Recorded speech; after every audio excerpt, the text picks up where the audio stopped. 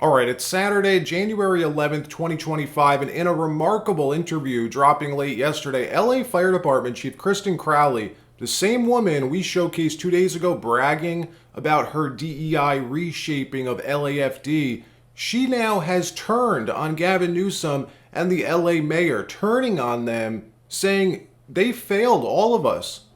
Also, the latest on Mark Zuckerberg. I'm sure you heard what he said on Joe Rogan yesterday. Well, the Biden administration not happy with Meta. Biden holding a press conference blasting Zuckerberg yesterday evening. A big mistake by the Biden team. Wait till you hear this. All but admitting to his accusations, and another win for Donald Trump and Team America. The Prime Minister of Greenland coming out yesterday saying he's ready to meet with Donald Trump and negotiate. Booyah. But before we get started, thank you for liking and sharing these videos. It really helps out the channel. And consider subscribing so you don't miss these regular updates. So LA Fire Chief Kristen Crowley has turned on her bosses, turning on Mayor Karen Bass and Governor Newsom, calling them out by name for having no water in the reservoir. And get this, giving her department's equipment away, donating more than half of their firefighting equipment to Ukraine, according to some reports. LA's local government right now is in crisis. Their leadership is in survival mode. It makes what's happening in Canada to Trudeau look like child's play. We have the full interview. This broke late yesterday. LA Fire Department Chief Kristen Crowley coming out and blowing the whistle on Gavin Newsom, on Mayor Karen Bass, saying it's their fault, blaming Karen Bass directly. And again, same fire chief who we showcased just 2 days ago. Bottom line, she's on their team, folks. Well, she's now turning on them, turning on her bosses. These people are eating themselves alive. Period. Did the city of Los Angeles fail you and your department and our city? It's my job. Did they fail you? Yes. Chief Kristen Crowley. We're going to play the full clip in a minute. The LA Fire Department now resorting to handbags, using handbags to put out fires because, get this, they donated their hoses and buckets to Ukraine. You can't make this up, never replacing them. It turns out the new fire chief complained about it a few months ago, about not having enough equipment after their massive Ukraine donation. Reports say close to half of their firefighting supplies have been donated. They donate their equipment, and then the LA mayor cuts the fire department budget by $17 million. They don't have buckets, they don't have hoses, they don't have nozzles, they don't have fire retardant, enough of it. They're now using bags and women's purses to carry the water. It sounds crazy. Gavin Newsom calling for an independent investigation about this yesterday into the fire hydrants going dry and the unavailability of water supplies from the reservoir, writing on X, "We need answers to ensure this does not happen again." You think it should never have happened in the first place. Elon Musk writing, "New government is needed for California." Yes, we've been calling for that for years on this channel. The fire chief saying the last straw was when her firefighters learned the reservoir was empty, bone dry.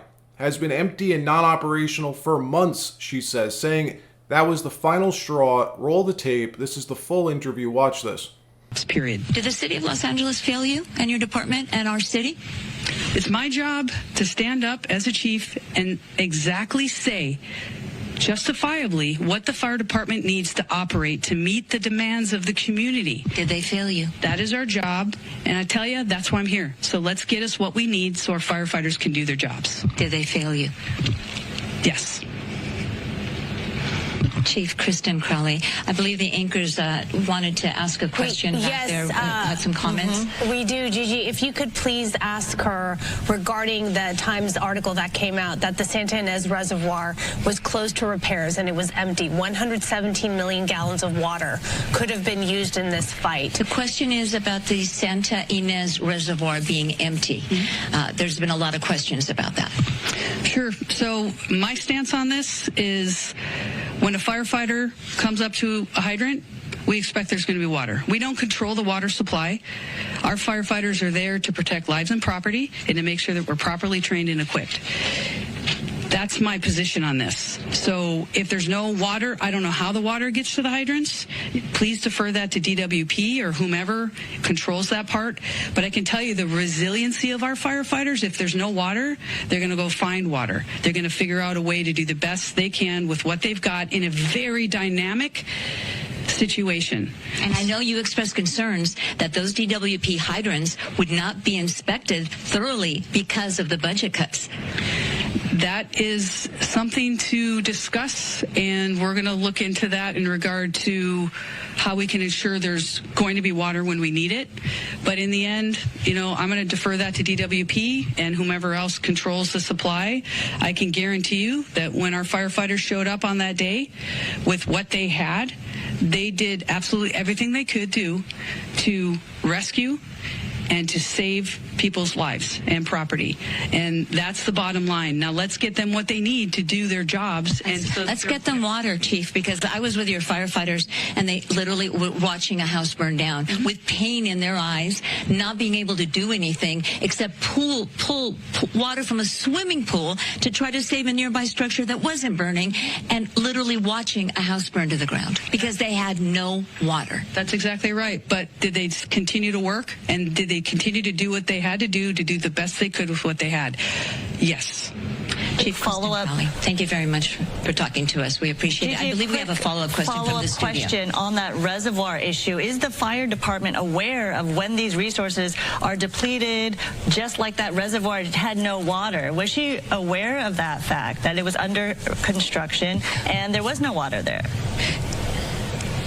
Sandra Endo, one of our anchors, wants to know if the department is advised that the Santa Ynez Reservoir was going to be emptied. Were you aware that there was no water there? No, we weren't aware of that. They don't have to advise you? Not that I'm aware of, no. So you had no idea that there wasn't such needed resource? No, we weren't. All right.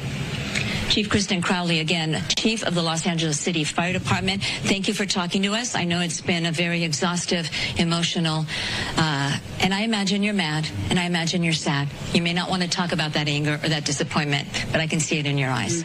Thank you. Thank you for talking to us. Thanks for being here. We appreciate it. Thank you. We'll send it back to you. Well, and residents are furious, screaming at Gavin Newsom and Karen Bass in public. Multiple clips showing residents reaming them out. Gavin being chased down by a mother asking for help, all caught by Sky News. This mother chases Gavin Newsom down, pleading for help. Watch. Governor, I live here, Governor. That was my daughter's school, Governor. Please tell me what you're going to do. I'm not going to hurt him, I promise. I'm literally talking to the president right now to specifically answer the question of what we can do for you and your daughter. Can I hear it? Can I hear your call? Because I don't believe it. I'm sorry. There's literally, I've tried 5 times. That's why I'm walking around to make the call. Why is the president not taking your call? Because it's not going through. So Why? I have to get cell service. So There's let's no get cell it. service. Let's get it. I want to be here when you call the president. I appreciate it. I'm doing that right now. And it's to immediately get reimbursements, individual assistance, and to help you. I'm devastated for you. I'm so sorry, especially for your daughter. I have 4 kids. Losing the school. Everyone who went to school there, they lost their homes. They lost 2 homes because they were living in one building another. Governor, please tell me, what are you going to do with the president right now? We're getting the resources to help rebuild. We're getting Why the was there resources. no water in the hydrants, Governor? That's all literally. Is it going to be different next time? It has to be. Has to be. Of course. What are you going to do? I'm doing To everything fill the I can. hydrants. I would fill them up personally. You know that. I literally have to I would fill up the hydrants myself. I would. I understand. But would you do that? I would do whatever I can. But you're not. I see the. Do you know there's water dripping over there, Governor? There's water coming out there. You can use it. I appreciate it. I'm going to make the call to address everything I can right now, incling making sure people I'd are like safe. to make sure you do. Can I have an opportunity to at least tell people you're doing what you're saying you're doing? Could somebody have a contact? Can I have your contact information? Right there. Thank you. And that call that Gavin pretends to take with Joe Biden, well, he did end up getting that call after all with the president. And what he decided to spend his time talking about will really grind your gears, folks. They spent their time discussing ways to use federal power federal influence to pressure social media companies to remove negative stories about them. Yes, that actually happened yesterday, all on a publicly transmitted conference call. The way to solve this problem, they say, angry residents, is to stop them from seeing misinformation. Watch. I ask you, we've got to deal with this misinformation. There were hurricane force winds of mis and disinformation, lies. People want to divide this country, and we're going to have to address that as well.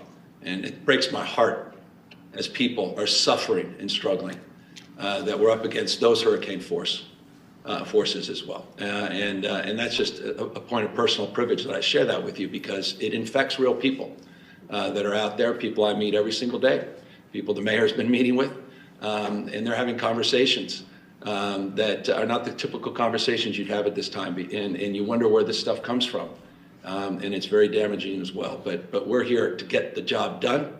Initiated every federal agency, from the Department of Defense on, every federal agency to be part of this. And the other thing is, look, you know, I think you're getting a bad rap. I know you're getting a bad rap about these fire hydrants don't have enough water in them. Give me a break. Give me a break. And this ties into our next story. Mark Zuckerberg just appeared on the Joe Rogan Experience, right, for a 2.5-hour podcast. I'm sure you saw that, sitting down with Joe, explaining his rationale for flipping sides, going from supporting the Dem Party overwhelmingly in 2020, donating huge amounts of money to the Democrats and Joe Biden 4 years ago, to suddenly flipping, jumping on the MAGA train. A lot of people, including us, were speculating last week why he did this. What caused this sudden 180-degree shift? Well, Mark Zuckerberg just admitted how Joe Biden's government screamed and brutally threatened them to remove misinformation, to get rid of content they don't like, saying people in the Biden regime would regularly call up Meta employees and scream at them, Meta execs, to remove content. Mark Zuckerberg calling this straight out of 1984 George Orwell, that it's frightening, he said, that when he started to refuse to remove truthful content, the Biden regime went after them, began investigating them using Elizabeth Warren's Debanking Commission and a number of other agencies to launch investigations. This is a wild story. Look at this. Biden officials screamed and cursed at Meta execs to take down jab posts, Mark Zuckerberg tells Joe Rogan. I'm sure you heard about all this yesterday. Well, what you may not be aware of, after Rogan posted this episode yesterday, it really pissed off the Biden regime. They are PO'd, folks, and they screwed up bigly, rushing out to blast Mark Zuckerberg, sending Grandpa Joe out in front of the reporters to announce how angry they are with Meta's decision to change their content moderation policies and fire all their fact checkers. Well, in the process, admitting to these accusations, essentially. Roll the tape. Let's take a listen. Of walking away from fact checking, as well as not reporting anything having to do with discrimination regarding to TPS, I find to be just contrary to American justice, the way we talk about one another. Telling the truth matters. I mean, I know I'm on national television, but you all are local reporters and national reporters. I'm not, this is not a legit, real question, but what do you think? You think it doesn't matter that they let be printed, where millions of people read it, things that are simply not true? I mean, I don't know what that's all about. It's just completely contrary to everything America's about. We want to tell the truth. We haven't always done it as a nation, but we want to tell the truth. And the idea that, you know, a billionaire can buy something and say, by the way, from this point on, we're not gonna fact check anything.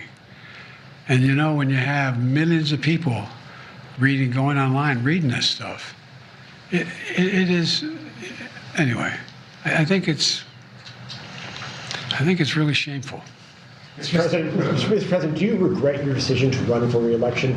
In another story, and another win for Donald Trump and Team America, the Prime Minister of Greenland saying he is ready to meet and negotiate with our president-elect, saying on Friday that he has not personally spoken with Trump yet regarding his interest in buying the island, but that he's ready to talk, as the status quo is no longer an option. And like we reported last week, as much as the King of Denmark doesn't want to give up control of this island, they can't afford to keep it, and they realize that. Prime Minister of Denmark adding she hasn't spoke with Trump either yet, but I expect a call will take place soon. Her comments coming only 48 hours after Trump declined to rule out military or economic force to gain control of Greenland. Denmark offering a concession to Trump, saying the island needs investment in resource development and we'd be willing to discuss expanding U.S. military bases on the island without giving up control. Yeah, that's not happening. What could happen, though, what likely will happen, is Greenland opting for some sort of independence, a status where the island functions as a sovereign state while maintaining economic ties with a specific partner nation, the same way the U.S. does with the Marshall Islands. Will that be the United States? We got to see what Donald Trump does. All right, that wraps up this episode. Like, subscribe. We'll see you next time.